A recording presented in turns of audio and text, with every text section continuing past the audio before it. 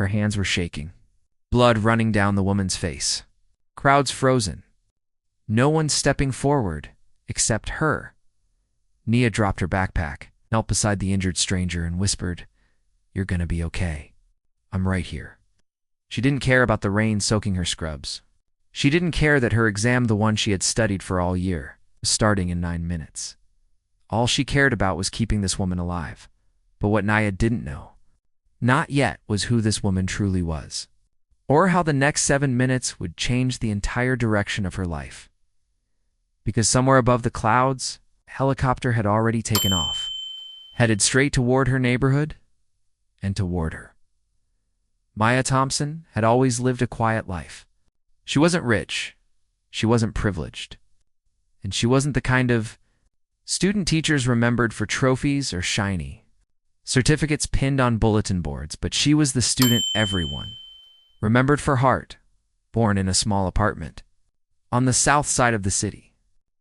Maya grew up watching her mother juggle 2 jobs, nursing during the day and cleaning offices at night. And somewhere between those long nights and early mornings, Maya found her calling: healthcare, healing, helping, even when the world wasn't kind to her. She studied by streetlight during power outages, took buses across town to volunteer at clinics, and saved every spare dollar for textbooks nobody else believed she needed. Her professors saw brilliance. Her classmates saw competition, but Maya, she just saw responsibility. The morning of her exam was supposed to be the turning point, the moment years of sacrifice finally paid off. 1 test, 1 hour, 1 chance to enter the accelerated medical program that could change the course of her entire life. But fate had other plans. Plans that would pull her out of the classroom and into a moment that would change her life forever. Aaliyah glanced at the exam hall across campus, the door already closing, the professor already marking absentees. 1 missed exam, 1 failed grade, 1 ruined scholarship. But beside her, the billionaire's wife struggled to breathe, her hands shaking, her voice fading. Aaliyah made the choice no one else would make. Not knowing that the price of compassion was about to rewrite her entire future, Amina stepped out of her sociology class. Backpack hanging off one shoulder, exhaustion written across her eyes. Most students her age worried about weekend plans. She worried about rent and whether she could afford another week of groceries. But even with all that weight, she still carried kindness like a second skin. Earlier that morning, she'd stayed behind after lecture to help a freshman who was struggling with assignments. Last night, she worked a 6-hour shift tutoring neighborhood kids for barely any pay. It didn't matter, helping people made her feel human in a world that often treated her like she wasn't seen at all. As she crossed the campus lawn, her phone buzzed again, a message from her professor reminding her that tomorrow's exam was make or break. She sighed. No breaks, no breathing room. Yet fate was watching, because right across the street, a woman, a billionaire's wife no one recognized without her bodyguards, stumbled out of a black SUV. Clutching her chest, dozens of students walked past.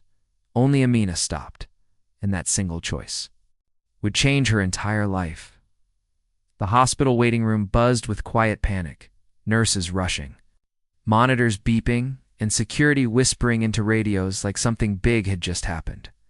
Amara sat alone, book still in her backpack, her missed exam notice glowing on her phone screen, but she didn't regret staying to help the frail woman who collapsed on the sidewalk. Not when the woman had clutched her hand and whispered, "Please, don't leave me." What Amara didn't know was this: the woman she had carried into the ER wasn't just anyone.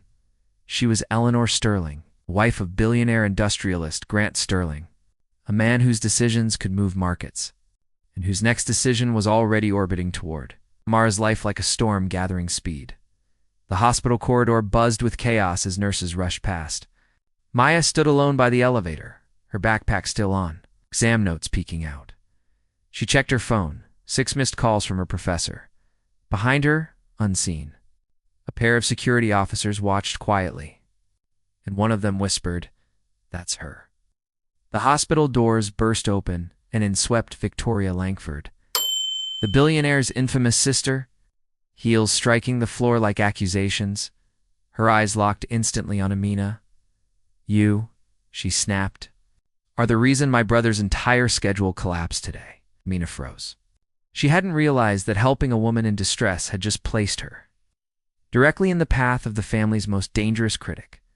The hospital corridor hummed with fluorescent light, that cold, low buzz that always feels like time is standing still or breaking. Aaliyah stood alone at the end of the hallway, her backpack slung over one shoulder, her textbooks soaked from the rain she ran through. Her future already lost. She should have been sitting in a quiet lecture hall right now, scribbling answers that would decide her scholarships, her career, her entire life. But instead, she was here because she couldn't ignore the woman collapsing at the bus stop, the woman who whispered, "Please, help me," before fainting into her arms. Aaliyah didn't know who she was, didn't care. All she knew was that someone needed her. And Aaliyah had never been the type to walk away from someone in pain. She wiped her palms on her jeans, steadying herself as a doctor approached. "She's stable," he said. "Your quick thinking helped more than you know." Aaliyah nodded, relief softening the tension in her shoulders. But when she stepped toward the patient's room, she froze. Two men in black suits stood outside the door, stone-faced, stern, with earpieces coiled behind their necks. Security, real security, not malguards. Not hospital orderlies, the kind you see with political officials. Or billionaires. One of them turned toward her. "You're the girl who brought her in." Aaliyah swallowed. "Yes, come with us." His tone wasn't hostile, but it wasn't optional either. Aaliyah followed them to the private room. A room no ordinary civilian ever saw. Gold plaque on the door, fresh roses on the table, a silent nurse adjusting the machines with trembling hands, and there lying in the hospital bed, covered in warm blankets and oxygen tubes, was Vivian Caldwell, the wife of Alexander Caldwell. The billionaire whose face was on magazine covers, whose businesses spanned continents, whose family owned half the city's skyline. Aaliyah blinked, stunned. She had carried her off the street. Vivian opened her eyes, weak but aware. "You again," she whispered softly. "You didn't leave me." Aaliyah stepped closer, her voice quiet, gentle. "I couldn't." Vivian's eyes glistened, not from pain, but from something deeper. Recognition, gratitude, maybe even guilt. "How old are you?" Vivian asked. 20, Aaliyah replied. "I missed an exam to get you here?" Vivian inhaled sharply, as if the air itself suddenly weighed more, before she could speak again. The door burst open, and the temperature of the room changed instantly. Alexander Caldwell himself walked in, charcoal suit drenched from the rain, jaw clenched tight, eyes wild with fear. The billionaire who commanded empires looked like a man who would trade every dollar he owned just to make sure his wife was breathing. When he saw Vivian awake, he exhaled a shaky breath, the kind men like him never let anyone hear. Then he turned to Aaliyah. His eyes studied her, confused, bewildered, searching. "You brought her here?" he asked. Aaliyah nodded. "I didn't know who she was." Vivian smiled faintly. "She helped me without hesitation." Alexander stepped closer, towering, powerful, but softened by something rare. Humility. "You saved my wife's life," he said quietly. "Tell me, what do you want? Money? A reward?" "Anything." Aaliyah shook her head. "I don't want anything. I just wish I hadn't missed my exam." Silence dropped over the room, heavy, sharp, full of realization. Vivian whispered, "Alex, do something." And in that moment, in the dim hospital light, as the billionaire turned toward his security detail and murmured, "Prepare the transport," Aaliyah didn't understand what was happening. She didn't know the world was about to change around her, tilt under her feet in ways she never imagined. She didn't know that kindness, the kind she gave so freely, was about to return to her in the loudest, most unbelievable form possible, because far above the hospital, hidden behind gray clouds, a helicopter rotor had already begun to spin in its destination. Aaliyah's front yard. The neighborhood shook before anyone understood what was happening. Dogs barked. Windows rattled. Streetlights flickered. A deafening roar cut through the morning air. And every head on Maple Lane turned toward the sky. A helicopter. Not police, not medical, but a glossy, midnight black private aircraft hovered above the small row of modest houses, and then it descended. Slow, deliberate, purposeful. Neighbors ran outside in pajamas. Car alarms screeched. Children pointed, shouting. But in the center of all that chaos, Amara stood frozen on her porch, still wearing the same clothes from the night she spent helping the billionaire's wife. She clutched her backpack, the one she was supposed to carry into her exam that morning, before everything changed. The helicopter door swung open with a hydraulic hiss. A man in a suit stepped out first, then another, and then her. Elaine Hawthorne. The billionaire's wife Amara had stayed up all night caring for her hair tied back, her posture strong, her eyes searching. Until they found Amara. "Miss Johnson," Elaine called out gently. "We need to talk." The neighbors gasped as the suited men approached Amara's yard, holding a leather folder, a sealed envelope, and something else, something that made Amara's knees go weak. A university crest. Gold embossed, not her university. A far more powerful one. Elaine stepped closer. "You missed your exam because of me," she said softly, "and I don't let loyalty go unpaid." The neighborhood shook before anyone understood what was happening. Dogs barked. Windows rattled. Streetlights flickered. A deafening roar cut through the morning air. And every head on Maple Lane turned toward the sky. A helicopter. Not police, not medical, but a glossy, midnight black private aircraft hovered above the small row of modest houses, and then it descended. Slow, deliberate, purposeful. Neighbors ran outside in pajamas. Car alarms screeched. Children pointed, shouting. But in the center of all that chaos, Amara stood frozen on her porch, still wearing the same clothes from the night she spent helping the billionaire's wife. She clutched her backpack, the one she was supposed to carry into her exam that morning, before everything changed. The helicopter door swung open with a hydraulic hiss. A man in a suit stepped out first, then another, and then her. Elaine Hawthorne. The billionaire's wife Amara had stayed up all night caring for her hair tied back, her posture strong, her eyes searching. Until they found Amara. "Miss Johnson," Elaine called out gently. "We need to talk." The neighbors gasped as the suited men approached Amara's yard, holding a leather folder, a sealed envelope, and something else, something that made Amara's knees go weak. A university crest. Gold embossed, not her university. A far more powerful one. Elaine stepped closer. "You missed your exam because of me," she said softly, "and I don't let loyalty go unpaid." The hospital corridor was quieter now, the kind of quiet that feels heavier than noise. Nia sat alone on a plastic chair, her backpack at her feet, her phone buzzing every few minutes with messages she was too scared to open. Her professor had already sent 3 emails. Her scholarship advisor left a voicemail. Her roommate texted, "Girl." The exam window closed. "Are you okay?" But Nia didn't reply. She couldn't. All she could think about was the woman fighting for breath on the other side of the wall, Mrs. Harrington, the billionaire's wife. The stranger she'd stopped to help. A nurse approached with a clipboard. "You're still here?" Nia nodded. "If she wakes up, I want to make sure she's not alone." The nurse smiled, a small, tired smile. "Most people don't stay." "I'm not most people," Nia whispered. Her phone buzzed again. This time, from the scholarship board, urgent. Your attendance was required. Call immediately. The seat tightened. That scholarship paid for her books, her housing, her food. Losing it meant losing everything. But then a soft voice drifted from inside the room. The girl. "Where is she?" Nia jumped up. The nurse nodded gently. "She's asking for you." Nia stepped inside.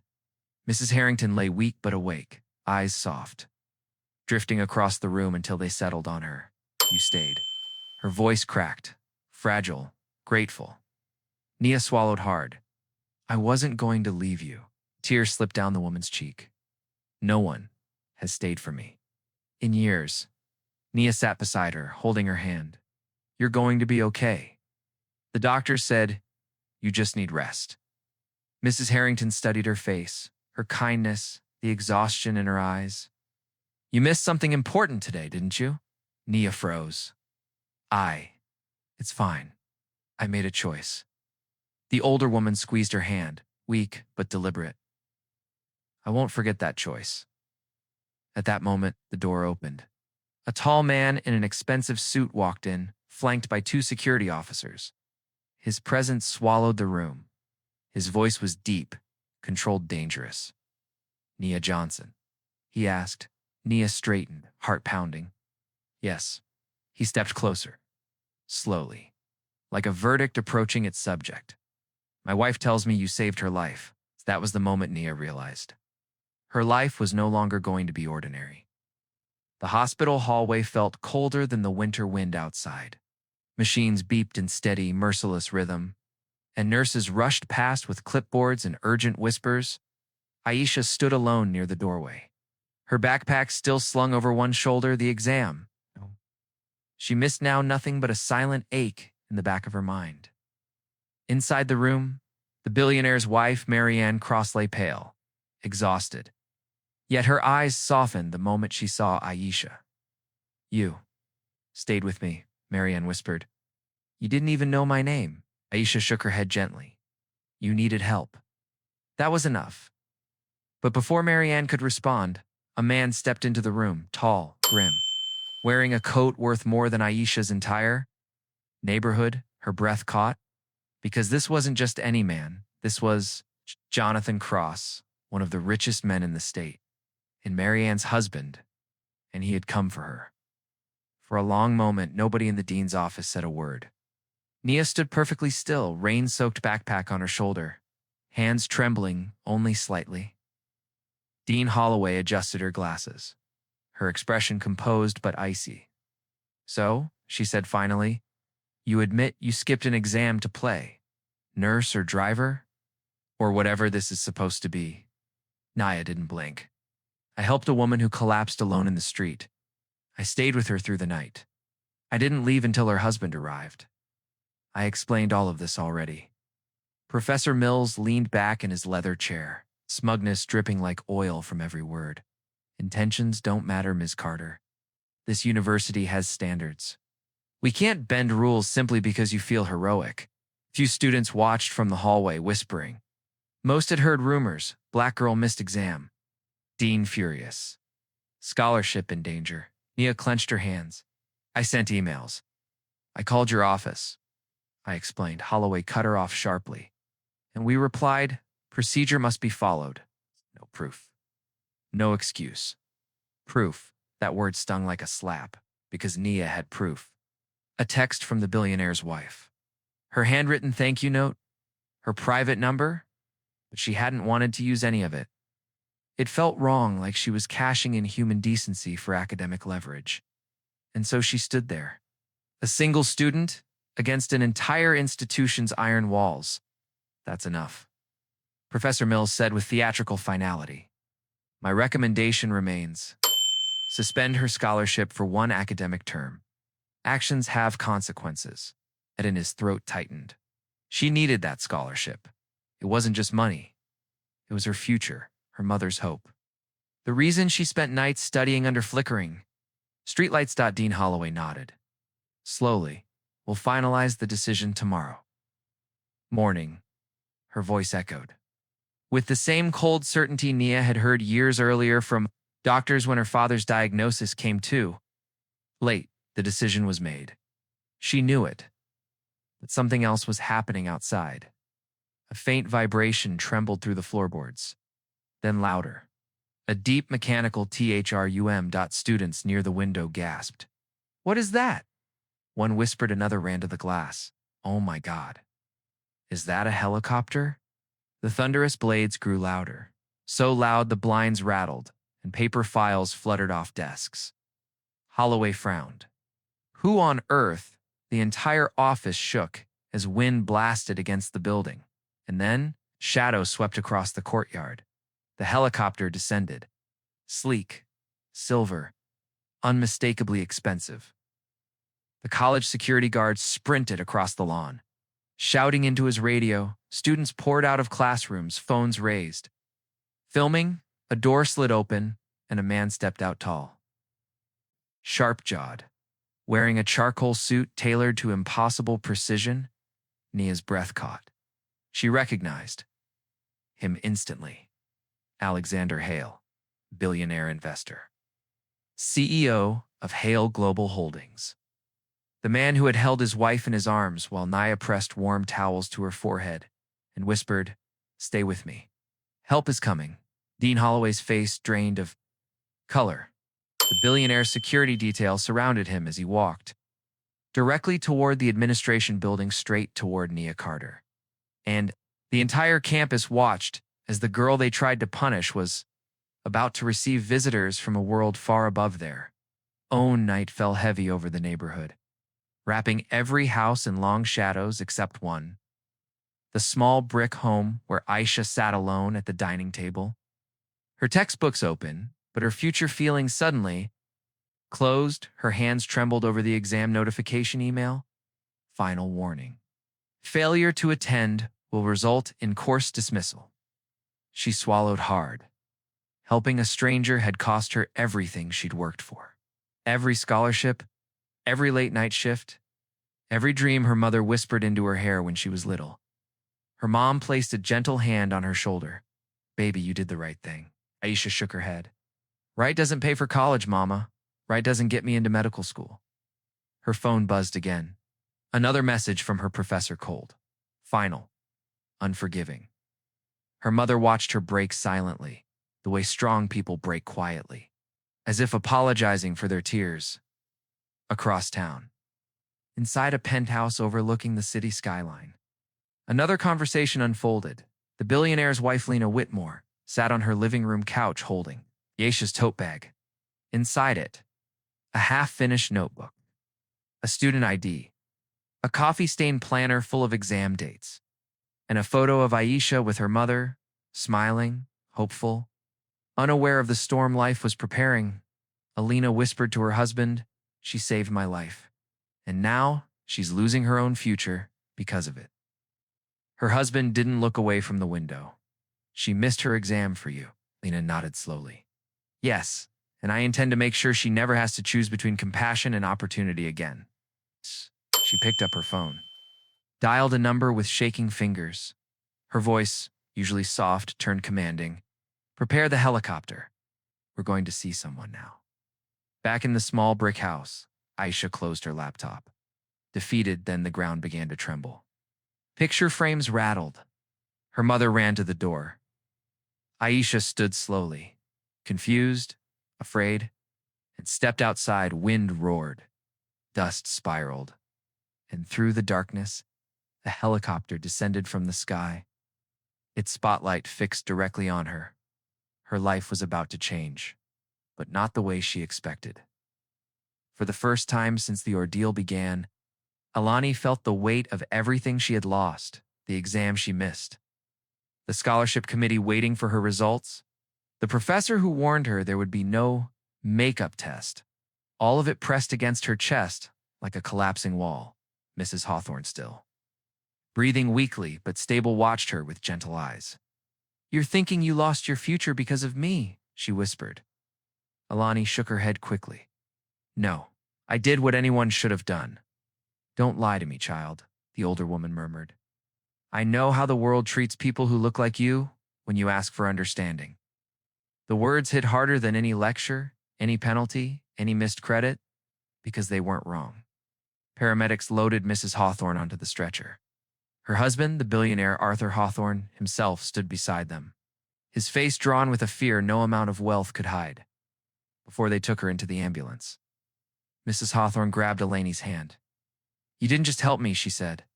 "You reminded me humanity still exists," and she was gone behind the closing doors. Silence fell over the yard. Lights flashed. Engines hummed. Neighbors whispered behind fences. Arthur Hawthorne turned to Alani, his expression unreadable. "Get in the car," he said calmly. Alani froze. Get in the car? With a billionaire whose wife she had just rescued? What did he want? Was he angry? Was he blaming her? But something in his tone, firm, controlled, but not hostile, made her follow. Inside the luxury SUV, Arthur didn't speak for several minutes. His hands trembled on the steering wheel. He was a man who controlled empires, corporations, and cities. Yet he couldn't control the shaking in his voice when he finally spoke. "Do you understand what you did today?" Alani swallowed. "I helped your wife." "No," he whispered. "You saved her. You saved the only person who has ever kept me human." Tears welled in the corners of his eyes, shocking Alani more than anything he could have said. "And now," he continued quietly, "I'm going to save something for you." Alani frowned, confused. "What do you mean?" Arthur glanced at Horelli, looked at her. The exhaustion, the stress, the fear she hid under forced strength. "You missed your exam because you chose compassion," he said, "and I will not let the world punish you for it." Before she could ask another question, his phone buzzed. He answered, listened, nodded, and hung up. Then he turned to her and said 5 words that sent a chill down her spine. "Your life is about to change." For the first time since the ordeal began, Alani felt the weight of everything she had lost, the exam she missed, the scholarship committee waiting for her results, the professor who warned her there would be no makeup test. All of it pressed against her chest like a collapsing wall. Mrs. Hawthorne still, breathing weakly but stable, watched her with gentle eyes. "You're thinking you lost your future because of me," she whispered. Alani shook her head quickly. "No, I did what anyone should have done." "Don't lie to me, child," the older woman murmured. "I know how the world treats people who look like you when you ask for understanding." The words hit harder than any lecture, any penalty, any missed credit, because they weren't wrong. Paramedics loaded Mrs. Hawthorne onto the stretcher. Her husband, the billionaire Arthur Hawthorne himself, stood beside them, his face drawn with a fear no amount of wealth could hide. Before they took her into the ambulance, Mrs. Hawthorne grabbed Elaine's hand. "You didn't just help me," she said. "You reminded me humanity still exists," and she was gone behind the closing doors. Silence fell over the yard. Lights flashed. Engines hummed. Neighbors whispered behind fences. Arthur Hawthorne turned to Alani, his expression unreadable.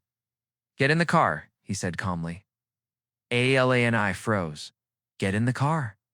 With a billionaire whose wife she had just rescued? What did he want? Was he angry?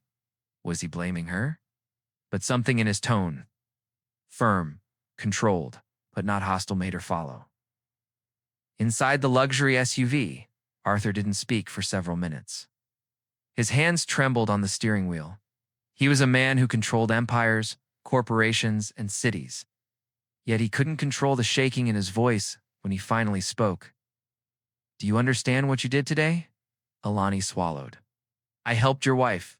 "No," he whispered. "You saved her. You saved the only person who has ever kept me human." Tears welled in the corners of his eyes, shocking Alani more than anything he could have said. "And now," he continued quietly, "I'm going to save something for you." Alani frowned, confused. "What do you mean?" Arthur glanced at Horelli, looked at her. The exhaustion, the stress, the fear she hid under forced strength. "You missed your exam because you chose compassion," he said, "and I will not let the world punish you for it." Before she could ask another question, his phone buzzed. He answered, listened, nodded, and hung up. Then he turned to her and said 5 words that sent a chill down her spine. "Your life is about to change." The helicopter's roar softened as the doors slid open, revealing an interior so luxurious it didn't even look real. Polished ebony panels, cream leather seats, screens built into the walls, and in the center, a woman wrapped in a wool shawl, oxygen tube beside her, eyes glowing with relief when she saw Amina. "Come in, dear," the woman whispered. Her voice was tired, but warm enough to melt stone. Amina stepped inside cautiously. sure if she should even breathe near furniture worth more than her entire neighborhood. Then she froze because the man standing behind the woman was someone the whole country recognized. Not a senator. Not an actor. Not a business celebrity, but Grayson Hale, billionaire, tech visionary. The man behind Hale Dynamics, the company that practically built the modern world. Amina gasped so quietly she thought no one heard. But Grayson smiled politely, like he already knew she'd react that way. Please, he said softly, sit with my wife. She swallowed hard and sat beside Mrs. Hale, unsure where to place her hands. Unsure how to exist in a place where she did not belong. Mrs. Hale touched Amina's arm. You came for me, she whispered. You didn't even know who I was. Amina nodded, suddenly nervous. I just thought you needed help. Anyone would have done the same. Grayson exchanged a look with the pilot, a look that said no, not anyone. He lowered himself into the seat across from her, elbows resting on his knees, eyes steady. My wife collapsed. He said. Dozens of people walked by, filmed her, laughed, assumed she was drunk or homeless. Mina's heart sank. You were the only one who stopped. The words struck deep, like a truth she could feel but didn't know she needed to hear. Grayson slowly unfolded a tablet and turned the screen toward her. On it was a paused video clip. Amina kneeling beside Mrs. Hale on the sidewalk, dialing emergency services, shielding her from the cold with her own jacket. A bystander had filmed it, and now the entire world could see. Amina covered her mouth. Oh my God. Grayson nodded softly. This was sent to me by my security team. The moment I saw you holding my wife's hand, I ordered this helicopter and told them to find you immediately. The weight of his words pressed down on her shoulders, not heavy with fear, but with meaning. Mrs. Hale squeezed Amina's fingers gently. You saved my life. Amina felt tears rising, but blinked them back. I only did what was right. And because you did, Grayson said, leaning forward. Your life is about to change. The helicopter interior fell into complete silence, except for the hum of the engines and Amina's heartbeat pounding in her ears. You missed an important exam today. Didn't you? Amina exhaled shakily. Yes, my scholarship depends on it. Grayson nodded. And yet you still stopped to help. Even though you owed the world nothing, you gave it everything. Slid a thin black folder toward her. Inside was a single sheet of paper. But her eyes widened the moment she read it. Mrs. Hale smiled tenderly. We wanted to thank you properly. Amina felt her throat tighten. What? What is this? Grayson Hale straightened his posture and delivered the words that would echo through her life forever. It's your full-ride scholarship. Tuition, housing, books, stipend, everything paid. For by our foundation until the day you graduate. The cabin went silent again. Until Amina burst into tears, overwhelmed by a kindness she never expected from a world that rarely gave anything back. By sunrise, the world already knew her name, Aaliyah Brooks. The college junior who missed her final exam, not because she overslept, not because she was irresponsible, but because she chose to save a stranger's life, and that stranger just happened to be Margaret Hawthorne, wife of tech billionaire Charles Hawthorne, a man whose name alone could move markets. Within hours, videos and eyewitness recordings flooded social media. Aaliyah kneeling on the sidewalk, hands steady, voice calm, performing CPR while traffic roared around her. Her backpack tossed aside, her textbooks scattered, her exam slip blowing under a taxi's tire. The courage of a student versus the weight of a billionaire's universe. Collapsing in the street, the contrast. Shook people everywhere. News channels replayed the clip on loop. Morning talk shows debated her choice. Some called her reckless for missing her exam. Millions called her heroic, but nothing spread faster than the photo taken 1 minute before the ambulance arrived. Aaliyah, exhausted, palms bloody, looking up at the EMT and quietly asking, will she live? That single sentence ignited the world. Hashtags erupted. Hashtag Aliyatha hero. Hashtag Final exam of life, hashtag honor the helper. Her college posted a stiff, unemotional statement. Academic policies will be reviewed. Backfired instantly, students protested. Parents flooded the administration with furious emails. Alumni threatened to withhold donations unless the school supported her. Meanwhile, the media found out the truth. Aaliyah wasn't just any student. She was working 3 jobs, taking care of her younger brother, still maintaining top grades. People began digging deeper. Her rent struggles, her scholarship almost expiring, her tutoring hours increasing just to buy groceries. Sympathy turned into outrage. Kindness turned into a movement. But none of that compared to the Hawthorne family's response. By noon, reporters confirmed Margaret Hawthorne had survived and that she kept repeating one line in the hospital: "Find the girl. Find the girl who saved me." Charles Hawthorne canceled all board meetings. His security team scoured the city. Helicopters circled campuses. Black SUVs lined university parking lots. People thought he wanted a statement. A PR moment. A photo no one realized he wanted something else entirely, because while the world was arguing online, Aaliyah was home, sitting on the edge of her bed.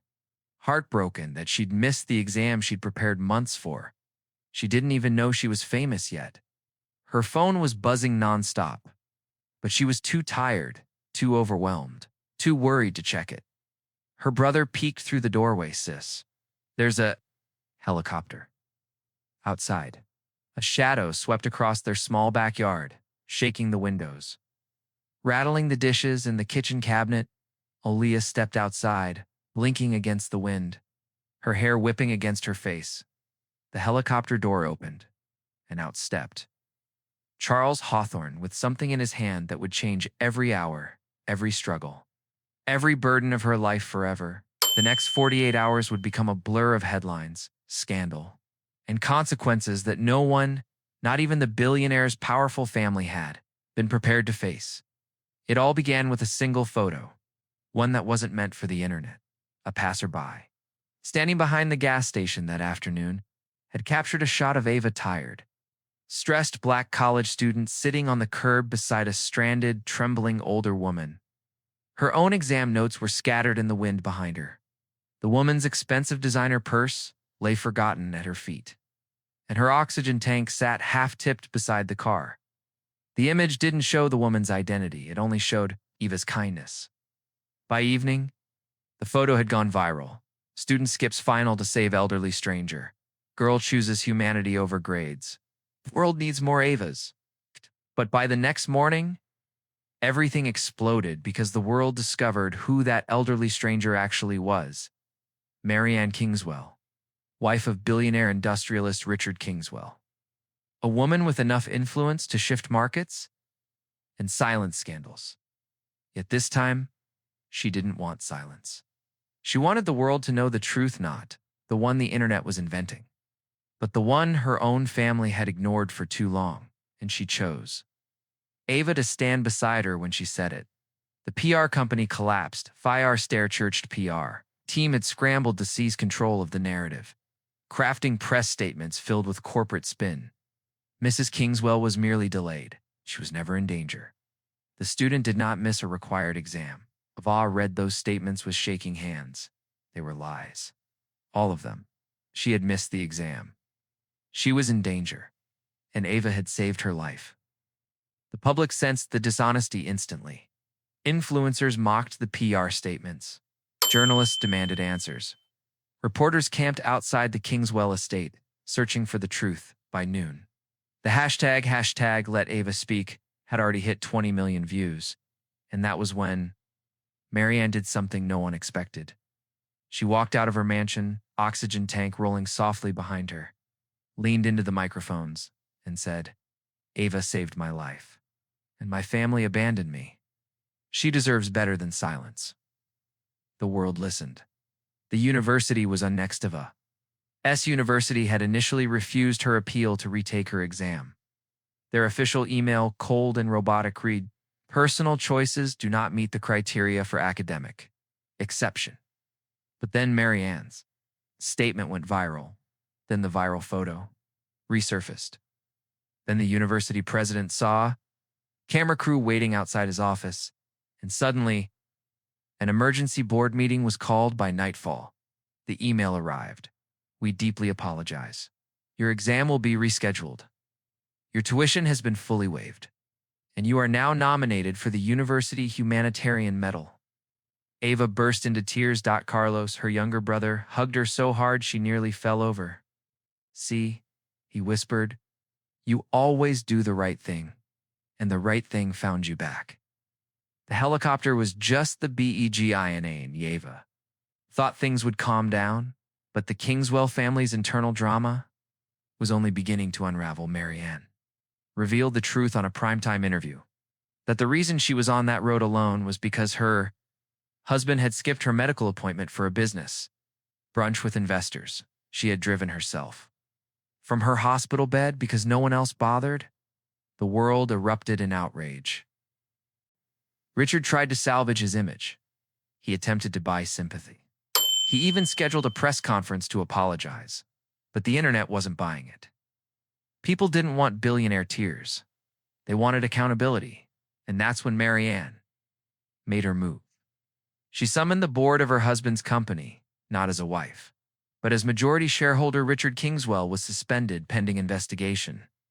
Suddenly, the helicopter arriving in Ava's yard didn't look like a dramatic entrance. It looked like a declaration. A declaration that Marianne had chosen who mattered and who didn't. The legal storm hit. Ani Churchard's lawyers attempted to twist the narrative. Ava endangered Mrs. Kingswell. By delaying medical care, Ava used the situation for fame. Trespassed on private property. But Marianne shattered every lie. She signed an official affidavit stating, Ava Kingsley acted with bravery, intelligence, and compassion. She prevented a cardiac event. She saved my life. She paused, then added, and if anyone harms this girl, they answer to me. Those words became the new headline. Billionaire's wife defends student. She saved my life. Richard's legal team fell apart. Sponsors pulled out. His stock value dropped 18% in a day. And Marianne, sitting in that TV studio with her oxygen tank humming softly beside her, said something the world would never forget. My husband forgot the meaning of wealth. Ava reminded me. The personal CIO lepers for tried calling. He tried sending gifts. He even tried apologizing publicly. But Marianne was done. I don't need apologies, she told a reporter. I need people who show up. Ava showed up. Meanwhile, Ava struggled with the sudden fame. People recognized her at grocery stores. Cars slowed beside her house. Her Instagram follower count went from 240 to 1.3 million in 20 hours. She wasn't used to any of it. She still had exams, bills, normal, unglamorous problems. But Marianne refused to let her drown. One morning, sitting in Ava's tiny living room, Marianne gently placed a hand over hers. You didn't just help me, she whispered. You woke me up. Let me return the favor. The offer that changed EVRYTHINGA wasn't money. It wasn't a scholarship. It wasn't even the helicopter. It was a question that would change the entire direction of Ava's life and unravel the final, most important transformation of this story. Marianne leaned forward, eyes soft but determined. Ava, would you consider becoming part of my foundation? A pause, a breath, a heartbeat. You have the heart I wish my family had. Help me rebuild something real. Ava froze. Carlos froze. Even the camera recording the moment seemed to hold still. This was it. The moment, one act of kindness, created an entirely new destiny. 1 year later, the world looked nothing like the storm that once threatened to swallow Amina Johnson's future. The sun rose over her, neighborhood just the same, but everything else had changed. A sleek helicopter, painted white and gold, hovered slowly over the field behind her home. Neighbors rushed outside, phones raised, children squealing as the massive blades kicked dust into spirals of excitement. Amina didn't run. She simply stood on the porch, smiling softly. She had been expecting them. The side door opened. And Evelyn Kingsley, the billionaire's wife, whose life Amina once saved, stepped down gently, holding the railing with the ease of someone familiar with grace, but still humbled by gratitude. Her smile was warm, motherly. "Sincere Amina," she said. Her voice carried by the wind. "Are you ready?" Amina exhaled. "More ready than I've ever been." And as she approached the helicopter, memories rose, not to haunt her, but to remind her of the path she'd walked. A year ago, after the HOSPI to laughter, the ambulance took Evelyn away. After the doctors thanked Amina for saving her life, after the billionaire husband broke down over his wife's bedside, one truth became impossible for the world to ignore. Amina had given up her exam, her scholarship chances, her semester's grades, to save a stranger, and the universe refused to let that sacrifice go unanswered. Within 48 hours, the story went viral. Student misses exam to save woman's life. College threatens. Penalty: billionaire family steps in after heroic act. Young black student chooses humanity over academic. Future interviews were requested. News anchors wanted her. Politicians quoted her. Celebrities shared her story. But Amina stayed quiet. She didn't want fame. She wanted fairness. And fairness finally arrived. The university called first. Her professor apologized publicly. The dean acknowledged a failure in empathy. But the call that changed everything came from a private number. "Hello? Amina, this is Evelyn Kingsley." The same voice she'd comforted in a parking lot. The same voice she kept awake, telling her, "You're going to be okay. Stay with me." Evelyn didn't say much at first. Just 3 simple words: "We owe you." The Kingsley Foundation affair a week later. The billionaire and his wife invited Amina and her parents into their mansion. A place so large it's like something from a movie. But the meeting wasn't about showing off wealth. It was about restoring opportunity, Amina. Mr. Kingsley said, "You gave up your future to save my wife. I don't know how to repay that, but I'm going to try." And then he slid a folder across the table. Full academic scholarship, housing allowance, paid semester abroad, guaranteed internship, a mentorship program, and a $150,000 grant in her name, the Amina Johnson Humanitarian Scholarship. For students who demonstrate compassion over convenience. Amina cried. Her mother cried harder. Even her father wiped a tear before pretending something was in his eye. But Evelyn had one more surprise. "Amina, would you consider spending a summer at our medical foundation? You said you dream of becoming a doctor. We'd like to help you start that journey." It wasn't a favor. It wasn't pity. It was a door one. Amina had earned through her own courage, and she walked through it. The present 1 year later, the helicopter blades slowed as Amina climbed inside. She wore simple clothes, jeans, a navy shirt, hair in a neat bun, but her entire presence radiated quiet determination. Evelyn sat beside her, eyes glowing. "You look different," she said. Amina smiled shyly. "I feel different." The billionaire himself turned in his seat from the cabin ahead. "You ready for orientation?" More than ready, because today wasn't just any day. Today, Amina was starting her training at Kingsley Global Medical Initiative, one of the top medical humanitarian organizations in the world.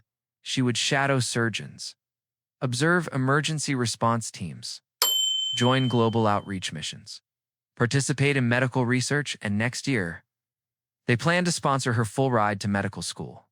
Not because she saved Evelyn, but because she earned it. Because she became the face of compassion. The proof that humanity still exists. The symbol of what choosing kindness, even at personal cost, can build. Back in the EPSI-LPTRS, the helicopter lifted into the sky. Her neighborhood shrank beneath her small rooftops, familiar streets. Children waving from yards. Amina pressed her forehead lightly against the window.